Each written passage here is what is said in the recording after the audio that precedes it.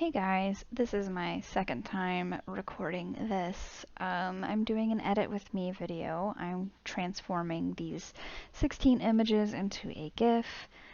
I recorded this earlier, so all of these, except for this one that's selected, have been edited. For some reason, when I was recording, it wasn't capturing everything that I was doing in Lightroom.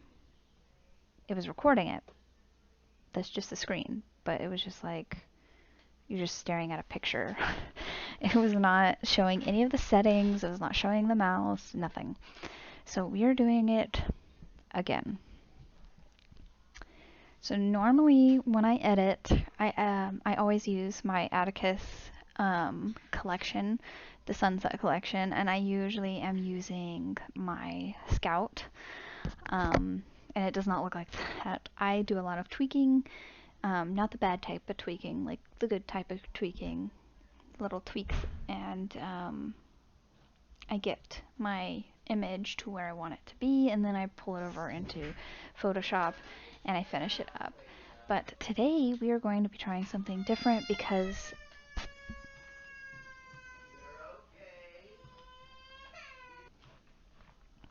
sorry about that, I had to pause because the little one got into something she wasn't supposed to. Yeah, so I wanted to try something new because I have like 2 of their collections purchased and I only use one of them. Actually, I use one preset out of that entire collection all the time.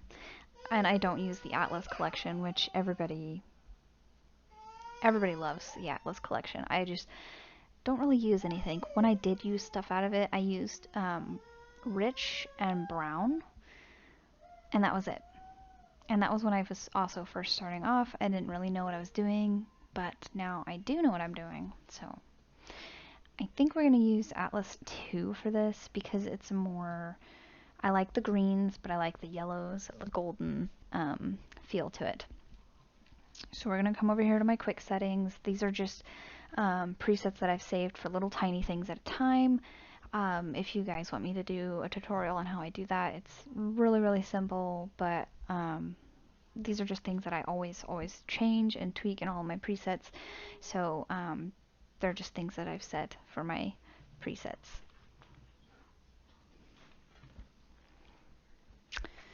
Alright, so first thing that I'm going to do is I'm going to add my lens correction, my detail, and my clarity. It also does my texture slider as well, so basically these are always going to be constant. And then I have my vibrance and saturation. So I'm just going to slide over just to see what it looks like. So I think I am going to keep it. I do like my vibrance to be either 0 or in the positive, but I think that's a little bit too much saturation for right now, so I'm just going to put that down. And then we're going to put my opalescent profile on here at 30.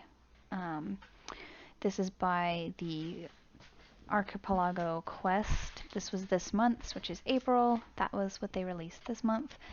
I really like the profile because it lightens up the image without me actually having to do anything with the contrast.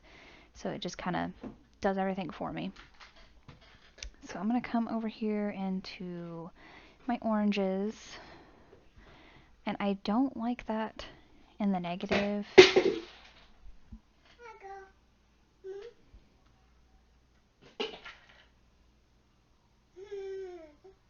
Stop. Stop. Go. Go. You did not need to make that mess. I gave you that bowl, so take your bowl. Go sit in the other room. Go sit in the other room now. No. You're making a mess. Go sit in the other room. Okay? Do you want to go to bed? Then go sit in the other room. Watch your TV. Go watch Adventure Time. Go watch Adventure Time. If you don't go in there and watch Adventure Time, you're going to bed. Go.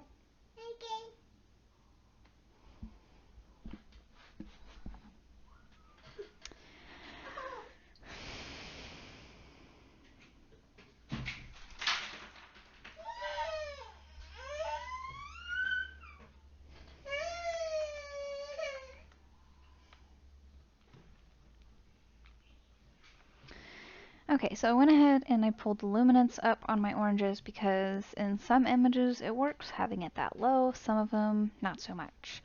So I'm also going to, I think, have this at -5 as well, just to kind of even out some of that skin tone. And then I'm going to go into color grading. And I like to kind of see overall, like, hey, what does my color grading actually do? This is the work that your color grading is putting in. So this is the image without the color grading, and this is with it. It's pretty big difference. So I'll hit this little eyeball and see on each one of these to see, do I actually need something? Should I take it away? Is it overpowering something? That kind of thing. So I like all of them, so I'm not going to take any of them off, but I am going to lower this blending because I noticed I got some pretty good colors in there, so I think we'll do right there is fine. I'm probably going to leave the balance alone. I usually do. Yeah, I'm going to leave the balance alone. So the balance is going to be left alone. This is my detail panel. I don't use my noise reduction luminance because I have portraiture now, so I just don't do that. But that is a good trick that you can use the luminance for your noise reduction. I'll probably do a tutorial on that because it's very easy to do, but it's also very easy to go way too strong on it.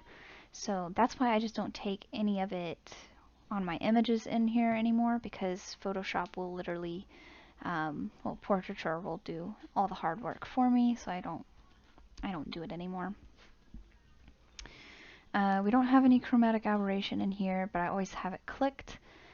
If there is anything bad in here, I'll just come in here with my sliders and I will fix it. I'm not going to do the transform because when I did do the transform, it just made it look wonky. So, and there's all of these images that are going to be transformed into a GIF. So I'm just going to leave it. But I do actually have a preset for my constrain level. It'll automatically fix it for me. And one thing I do like about that is, so like something with profiles or even your constraint level, I can just come over here, hover, and it'll show me what it looks like. It gives me that quick preview, so I don't have to click it, set it, and then be like, I don't think I like it, or I can't even tell the difference. So that's why I create a lot of the presets, so I know exactly what it's going to look like.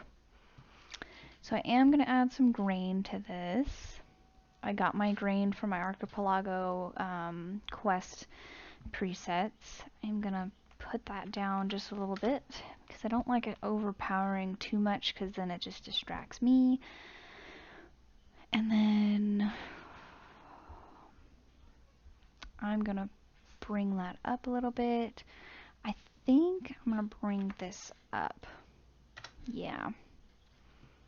And then I'm gonna get rid of the magenta shadows in there.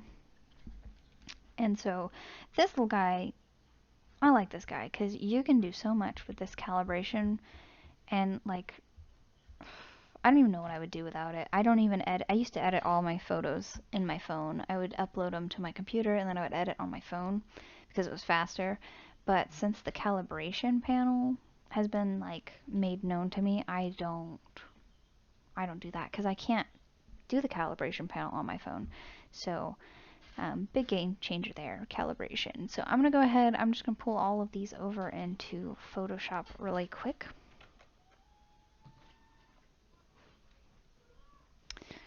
I almost forgot to mention, I did cool this off. This was at like 63 something, and I cooled it off to 6,000 because what I'm going to be doing in Photoshop is warming it up quite a bit, and I don't want it to look too strong. Alright, so now that we have all of our images in Photoshop, I'm going to come to this first one, and I'm going to just test out my enhancers and see which one I want to go with, because I don't want it to be like that.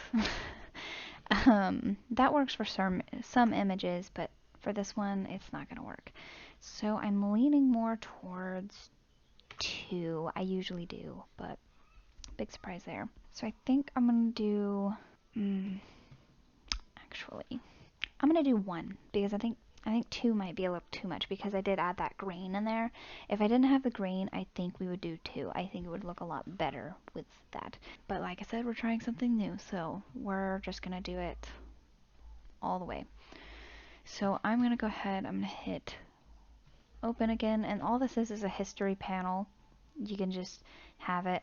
It was over here with the actions. I just dragged it and put it in here so it's a pop out on both sides, so it's not too much. So what I'm gonna do is I have shortcuts created, so I just hit Control B and it brings me to my batch, and we're just gonna run it through all of our opened images.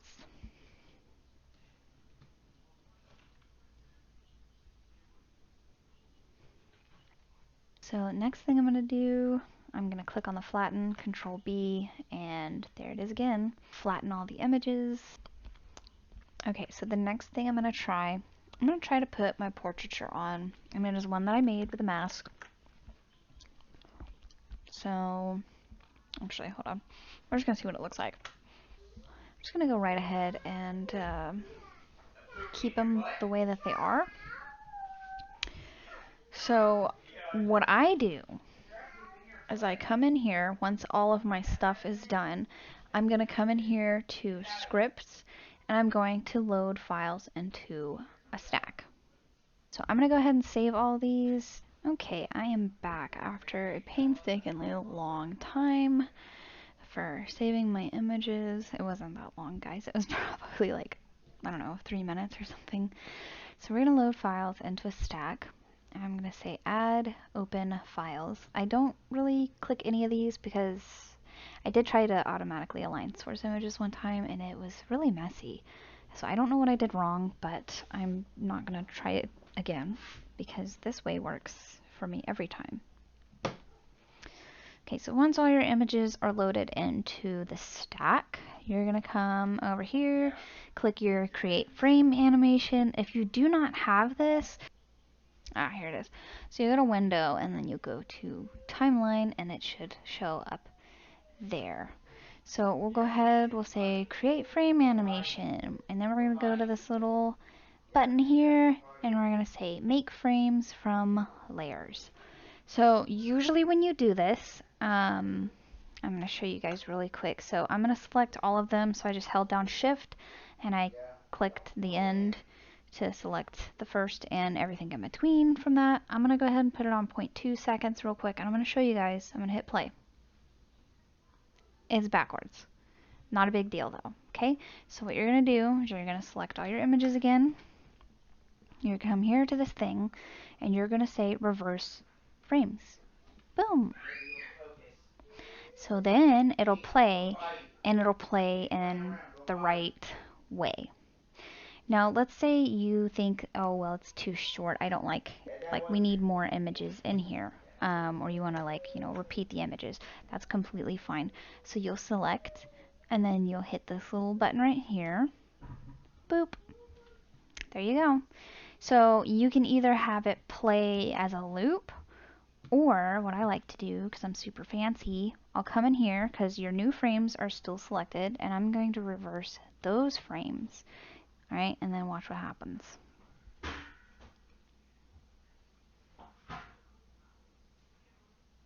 Wow, so magical. So that is how I do my GIF. That is how I turn my multiple images into one GIF. So when you want to save it, you're going to go over here to export and you're going to say render video. I always render it as a video because I'm not trying to make them into an actual technical GIF. I just want them to look like a GIF, but they're going to be in a movie format. That way I can upload them to social media, to my YouTube, all of that stuff. So here you'll literally just select where you want it to go, all that stuff, and then I have set right now the dimensions that you would need for it to play on like a reel. So 1080 by 1920. If you wanted it for YouTube and it was like an actual horizontal images, just flip these two numbers and you'll be okay. But that is how you do that. So you'll name it, select your folder, hit render, it'll save, and then you can back out of all of that. But that is all that I have for you guys today, and I will see you guys in the next one.